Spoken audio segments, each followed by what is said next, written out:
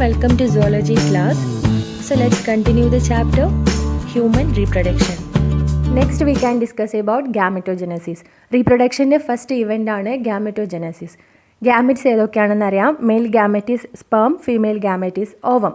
So there are two types of gametogenesis taking place. One taking place in male and another one taking place in female. So first one, spermatogenesis. Spermatogenesis means it is the process of formation of sperms. We have already studied that sperms are formed inside the testis in the seminiferous tubules. This is the testis. Inside the testis around 250 testicular lobules are there. Inside the testicular lobules we can see seminiferous tubules.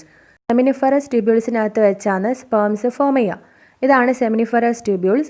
ഇതിൻ്റെ outer wall കാണാം, inner lumen കാണാം.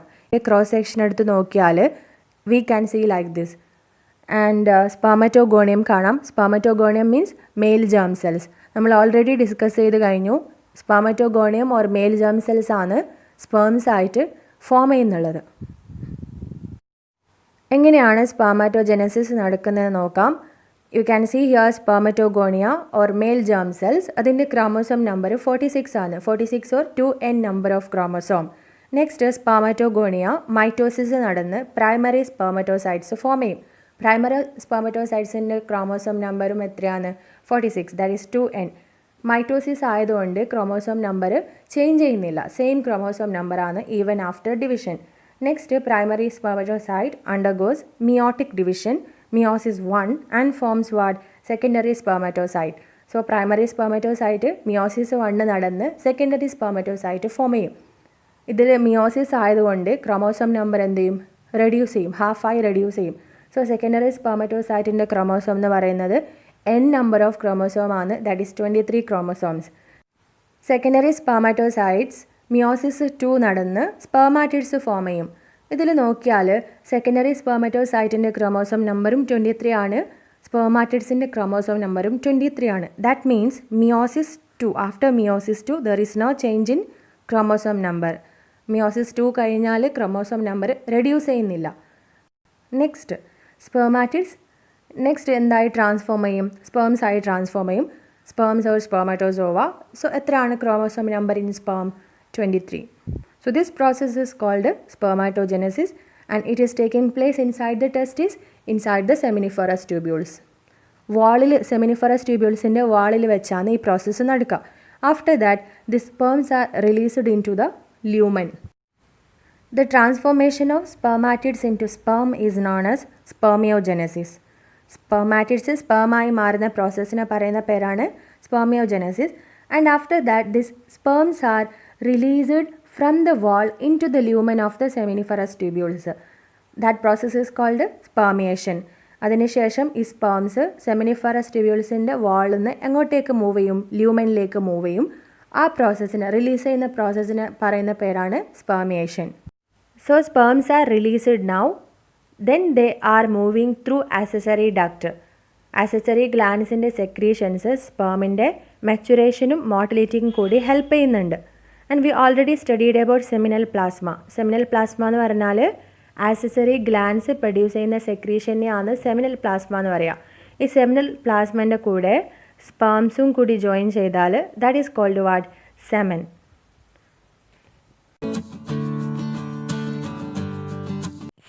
Hormonal control of spermatogenesis എങ്ങനെയാണെന്ന് നോക്കാം. So spermatogenesis begins at puberty because of significant increase in gonadotropin releasing hormone. ഈ GnRH എന്ന് പറയുന്നത് hypothalamic ഹോർമോണാണ്. So hypothalamus GnRH produce ചെയ്യും. GnRH act on anterior pituitary gland. So anterior pituitary gland is stimulated and it produces luteinizing hormone and follicle stimulating hormone. Anterior pituitary gland LHഉം FSHഉം produce ചെയ്യും. LH then acts on Leydig cells. Leydig സെൽസിൽ act ചെയ്യും. Leydig cells എന്ത് produce ചെയ്യും? Androgen produce ചെയ്യും. Androgen ഒരു എക്സാമ്പിളാണ് ടെസ്റ്റോസ്റ്റിറോൺ. ഈ ടെസ്റ്റോസ്റ്റിറോൺ നെക്സ്റ്റ് ഏത് പ്രോസസ്സ് സ്റ്റിമുലേറ്റ് ചെയ്യും? സ്പെർമാറ്റോജെനസിസ്, സ്പേം പ്രൊഡക്ഷൻ സ്റ്റാർട്ട് ചെയ്യും. Next what about FSH? FSH acts on Sertoli cells. Sertoli സെൽസിൽ ആക്ട് ചെയ്ത് Sertoli cells releases certain factors and that helps in which process? Spermiogenesis. Spermiogenesis means transformation of spermatids to sperm. So this is the hormonal control of spermatogenesis. Now let us study the structure of a sperm. Sperm has three important parts: head, middle piece and tail. Head in the parts ഏതൊക്കെയാണെന്ന് നോക്കാം. Inside the head there is a nucleus and nucleus contains chromosome, 23 chromosome, that is haploid chromosome. And there is a structure called acrosome. Acrosome is important. ഫെർട്ടിലൈസേഷന് help ചെയ്യുന്നുള്ളത് ആക്രോസോമാണ്. അതായത് ഓവത്തിലേക്ക് penetrate ചെയ്ത് sperm enter ചെയ്യാൻ പറ്റുന്നുള്ളത് because of acrosome. Acrosome contains certain enzymes that helps in fertilizing the ovum. Next there is a neck in between head and middle piece. So middle piece contains numerous mitochondria. എന്തിനു വേണ്ടിയാണ് mitochondria? They are providing energy for the movement of sperm. Sperm move ചെയ്യാനുള്ള energy provide ചെയ്യുന്നത് middle പീസിലുള്ള mitochondria ആണ്. And tail portion is there. So tail helps in movement of the sperm. Next process, oogenesis. So spermatogenesis means what? The process of formation of sperm. Here oogenesis means the process of formation of ovum. Oogenesis takes place inside the ovary. But here the process of oogenesis is different from spermatogenesis. That is, ഒരു girl മദറിൻ്റെ യൂട്രസിനകത്ത് ഉണ്ടാകുമ്പോൾ തന്നെ oogenesis start ചെയ്യുന്നുണ്ട്. ആ സമയത്ത് തന്നെ millions of oogonia cells form ചെയ്യും. പിന്നീട് after birth oogonia cells form ചെയ്യുന്നില്ല. ഊഗോണിയ സെൽസ് ഡിവൈഡ് ചെയ്ത് പ്രൈമറി ഊസൈറ്റ് ഫോം ചെയ്യും. പ്രൈമറി ഊസൈറ്റിന് ചുറ്റും ഗ്രാനുലോസ ലെയർ സെൽസ് ഫോം ചെയ്ത് അതിനെ പ്രൈമറി ഫോളിക്കിൾ എന്ന് പറയും. ഇത്രയും ചേഞ്ചസ് നടക്കുന്നുള്ളത് when the girl is inside mother's womb. That means ഒരു ഗേൾ ജനിക്കുന്ന സമയത്ത് തന്നെ inside her ovary what is present? Primary follicles are present. That is, a human female is born with approximately around 2 million primary follicles. But a large number of these primary follicles degenerates during birth to puberty period. So at puberty only 60,000 to 80,000 primary follicles are left in each ovary. So ഒരു girl ജനിക്കുന്ന സമയത്ത് she is having around 2 million primary follicles. പക്ഷേ grow ചെയ്യുന്ന സമയത്ത്, അതായത് birth തൊട്ട് ജനനം തൊട്ട് പ്യൂബർട്ടി വരെയുള്ള സമയത്ത് ഇതിൽ ഒരുപാട് പ്രൈമറി ഫോളിക്കിൾസ് നശിപ്പിക്കപ്പെടും. സോ പ്യൂബർട്ടി ആവുന്ന സമയത്ത് ഓരോ ഓവറിയിലും ബാക്കിയാവുന്നത് അറൗണ്ട് 60,000 to 80,000 പ്രൈമറി ഫോളിക്കിൾസ് മാത്രമാണ്. Let's observe the flow chart of oogenesis. Oogonia cells are there, 46 number of chromosome, undergo mitosis and form primary oocyte. Primary oocyte is also having 46 number of chromosome.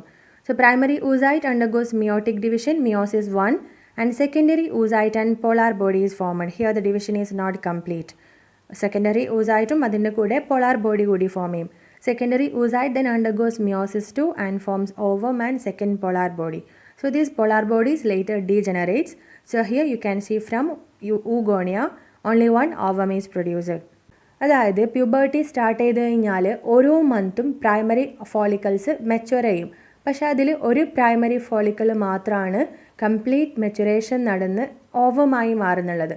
So that means females are producing only 1 ovum per month.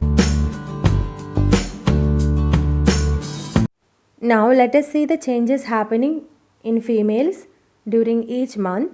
So primary follicles are there. Primary follicles surrounded by some more granulosa layer and secondary follicles are formed. Secondary follicles then changes to tertiary follicle.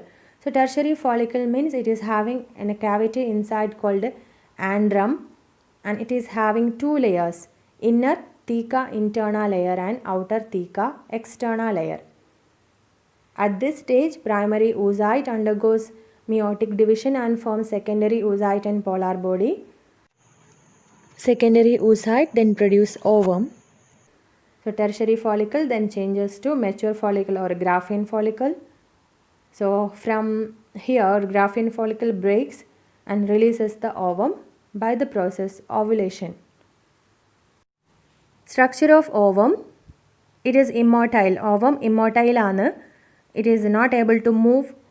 It is surrounded by 2 layers, outer corona radiata and inner zona pellucida.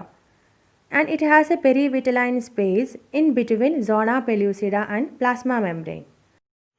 Significance of meiosis. That is, after meiosis, chromosome number reduces to half. So meiosis is necessary to maintain the constant number of chromosomes in a species. If there is no meiosis, it will lead to the formation of abnormal species.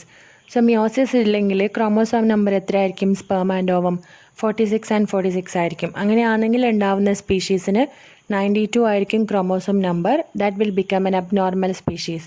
So meiosis is necessary. What are the differences between spermatogenesis and oogenesis? So spermatogenesis occurs in testis. Testisലാണ് spermatogenesis നടക്കുന്നുള്ളത്. And oogenesis occurs in ovary. In the case of spermatogenesis, gamete name is sperm, and in oogenesis it is ovum. And how many sperms are produced from one germ cell? 4 sperms are produced, but here only 1 ovum is produced. In spermatogenesis, there are no polar body formation, but in oogenesis, polar bodies are formed. Spermatogenesis begins at puberty and continues throughout life, but this is different. Oogenesis, നമ്മൾ already discuss ചെയ്ത് കഴിഞ്ഞു. Begins before birth, suspended at the time of birth, and continues after puberty. ജനിക്കുന്നതിന് മുമ്പേ തന്നെ start ചെയ്യുന്നുണ്ട്, ജനിക്കുന്ന സമയത്ത് അത് സസ്പെൻഡ് ചെയ്യപ്പെടുന്നുണ്ട്, അതിനുശേഷം പ്യൂബർട്ടി കഴിഞ്ഞാൽ പിന്നീട് സ്റ്റാർട്ട് ചെയ്യും. So this is not continuous. So oogenesis is a discontinuous process.